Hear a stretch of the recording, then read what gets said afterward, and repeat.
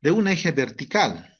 Sí, el marco mostrado en la figura gira alrededor de un eje vertical. El coeficiente de fricción entre el bloque 1 y la plataforma es mu sub 1. Entonces, esta plataforma tiene un coeficiente de rozamiento acá.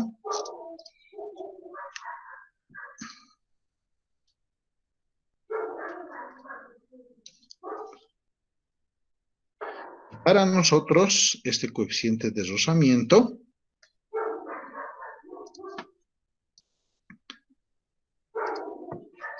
es mu sub 1.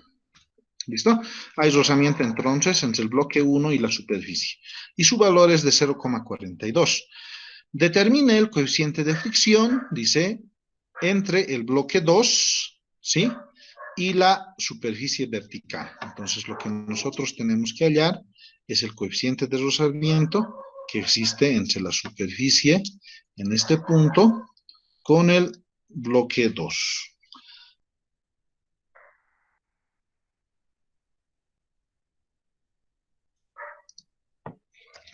Nos están preguntando por ese valor, ¿no? ¿Cuánto vale entonces mu sub 2? Dice, ¿no?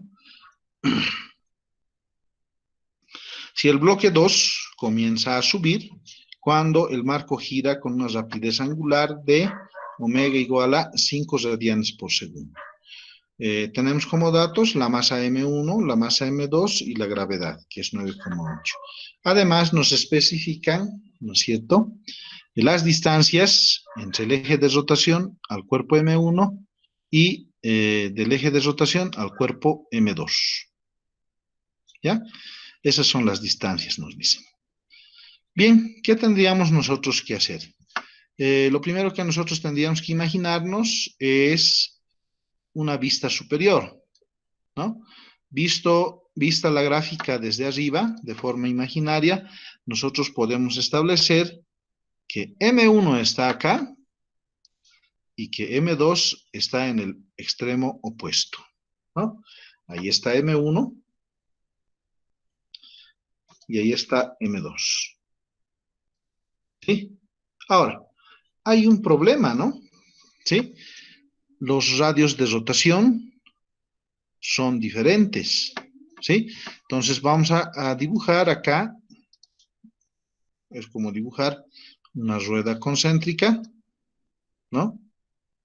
Vamos a tener ahí. Y vamos a dibujar a M1 un poco más adentro, ¿sí? Ahí tienen a M1. ¿Listo? Y por acá tendrán a M2. ¿Ya?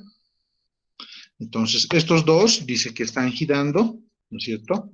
De esa manera, ¿no es cierto? En este sistema, ambos están opuestos. Entonces, cada uno va cambiando su velocidad lineal, ¿no? M1, por ejemplo, lo cambiará en este sentido. Si va girando más allá, en un tiempo 2, vemos que está girando en el sentido antihorario. M1 se colocará en ese extremo, ¿no? A M1 lo vamos a tener ahí. Y su velocidad lineal va a cambiar, ¿no? Cuando M1 esté en ese punto, M2 va a cambiar a este lugar, ¿no? En un punto opuesto, ¿sí?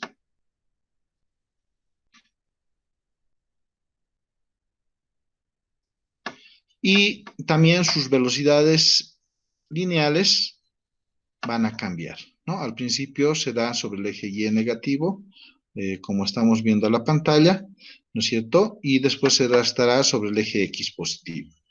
Fíjense, en ambos casos, ¿no es cierto? Estos dos cambia la velocidad lineal que lleva al cuerpo, tanto M1 como M2, cambia de dirección. Como cambia de dirección, estos van a poseer una aceleración centrípeta, ¿sí? Dirigidas hacia el eje de rotación y que hemos acostumbrado nosotros en pintarlo, ¿no es cierto?, en rojo. Bien, si ustedes se fijan acá, yo he dibujado un vector más grande que el otro. Es debido a que la aceleración centrípeta, ¿no es cierto?, es muy dependiente del radio de giro, ¿ya? Vamos a volver a escribir acá la ecuación para la aceleración centrípeta y vamos a decir que esta aceleración centrípeta había sido igual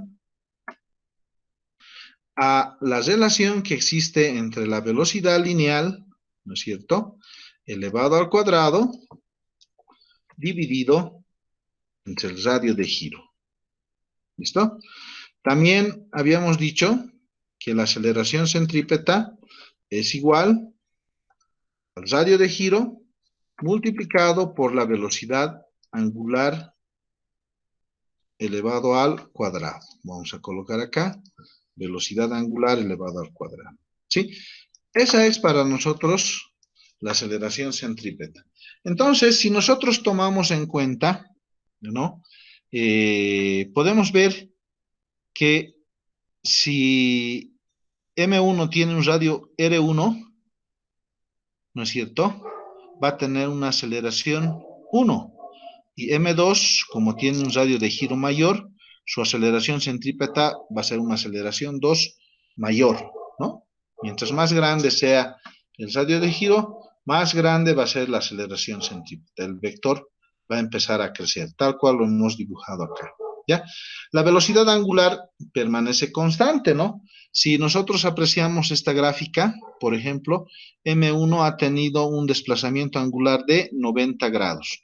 Supongamos que lo hubiera hecho en un segundo, ¿no es cierto? Entonces tendríamos pi medios radianes, ¿no es cierto?, por segundo. Si lo hace pi medios en un segundo, sería pi medios radianes por segundo.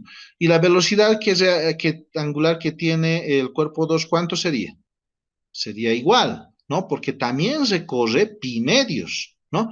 Y también lo haría en un segundo. Por lo tanto, la velocidad angular de 2 sería pi medios radianes por segundo. Entonces vemos en este problema que la velocidad angular se mantiene constante. Lo que cambia es el radio de giro. Y al cambiar el radio de giro, hace que las aceleraciones centrípetas de M1 y de M2 sean diferentes, ¿ya? Entonces, cuando el marco gira a una velocidad angular de 5 radianes por segundo, el bloque 1 tiende a salirse del marco y jala al bloque 2. Entonces, para M1, por ejemplo, hemos hecho que el sentido de movimiento sería el que está mostrado en pantalla hacia la derecha, ¿sí? Por lo tanto, si quiere moverse hacia la derecha en un determinado instante, vamos a tener la tensión que lo sujeta y la fuerza de fricción que se opone a este movimiento. La normal, que es la reacción de la plataforma sobre M1, y el peso, que es la acción de M1 sobre la plataforma, ¿ya? Acá tendríamos que dibujar la aceleración centrípeta siempre dirigida hacia el eje de rotación, tal cual lo vemos desde la parte superior. Tenemos entonces aceleración centrípeta 1.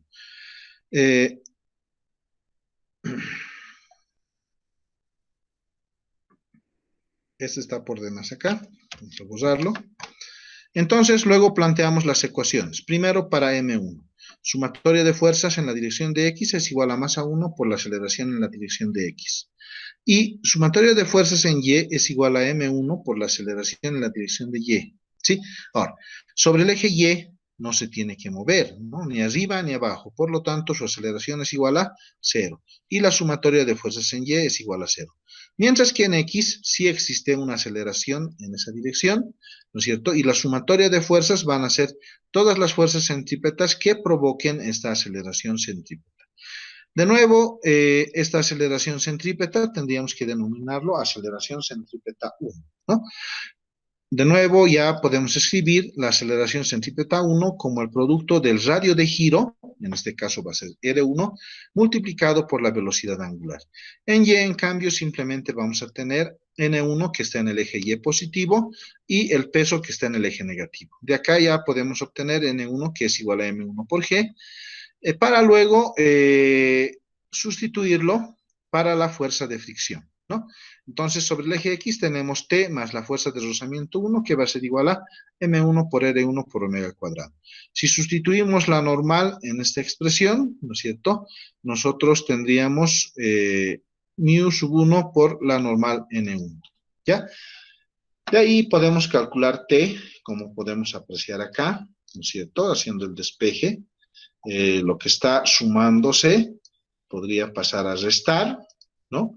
Y reemplazando los valores obtenemos que la tensión había sido igual a 254,14 newtons. Esa es la tensión que M1 ejerce sobre la cuerda. Ahora, vamos por la cuerda. La cuerda nos dice, misma cuerda, ¿no es cierto? Tiene que ser misma tensión. Esta es la misma cuerda. Por lo tanto, la tensión se va a transmitir a lo largo de toda la cuerda hasta llegar a M2. ¿Qué sucede con M2? M2 está en este punto, ¿no es cierto? Y quiere subir, ¿no? Quiere empezar a subir. ¿Qué se va a oponer a ese movimiento de subida? ¿No? M2 quiere empezar a subir. Va a ser la fuerza de rozamiento 2. Su peso y la normal, que la vamos a tener dirigida hacia el eje de rotación. Recuerden, la normal es la reacción de la superficie de contacto contra el objeto M2. Y tenemos T que quiere jalarlo hacia arriba, ¿no? Bien, acá igual hacemos las ecuaciones para M2, sumatoria de fuerzas en X, así igual a masa 2 por la aceleración en la división de X.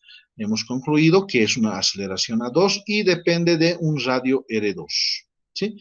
De ahí entonces la única fuerza que está en la dirección de la aceleración 2 es N2, ¿no? Si sustituimos valores podemos encontrar que N2 había sido 390 newtons.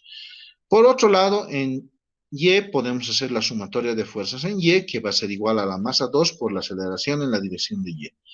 Pero nuestro cuerpo no se está moviendo aún, está por moverse. Por lo tanto, su aceleración va a ser igual a 0. Sumatoria de fuerzas en Y es igual a 0. En Y positivo tenemos T, y en Y negativo tenemos el peso y la fuerza de definición 2.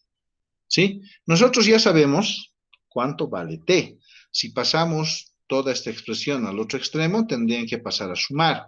Y lo igualamos al valor que hemos obtenido anteriormente, que es de 254,14 newtons. Con N2, que ya lo tenemos calculado, podemos despejar mu sub 2, como podemos mostrar en la parte inferior. Y reemplazando los valores para M2 y G, obtenemos que la fuerza de rozamiento entre el bloque 2 y la pared vertical es de 0,35.